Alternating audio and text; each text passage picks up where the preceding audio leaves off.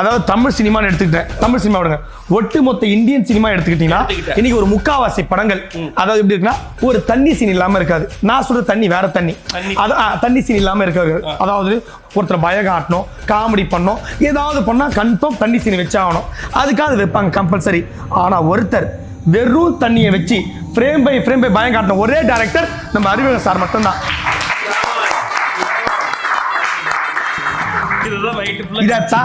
தண்ணி குடிச்சிட்டே வச்சுட்டு இருந்தேன். ஏதாவது சார் இது நார்மல் தண்ணி சார். ஆமா சார். இல்ல நோ சார். உங்க பேச்ச பக்கத்துல ஒரு கட்சி ஆரம்பிக்கலாம்னு தோணுது. இவரை பார்த்தா சார் சரி ஏற்கனவே கட்சியில் இருக்கவங்க எல்லாம் இவர மாதிரி தான் பேசிட்டு இருக்காங்க. என்ன இல்ல சார் உண்மையில மனசு இல்ல சார். நான் வந்து நார்மலா வராங்க படிக்கலாம் கிடையாது சார். இந்த தொன்று தொட்டு வாழ்ந்து கிட்டும் ஈரம் படத்தில் நனைந்து ஆரம்பிச்சாச்சு. Super sir. இன்னும் ப்ரூவ் பண்ணிக்கிறாரு அவரு. இல்ல சார் அப்படி பேசாம என்ன உண்மையில பார்த்து ரசிச்சணும் இல்லைன்னா சொல்லணும்னு ஆசைப்படுறேன்.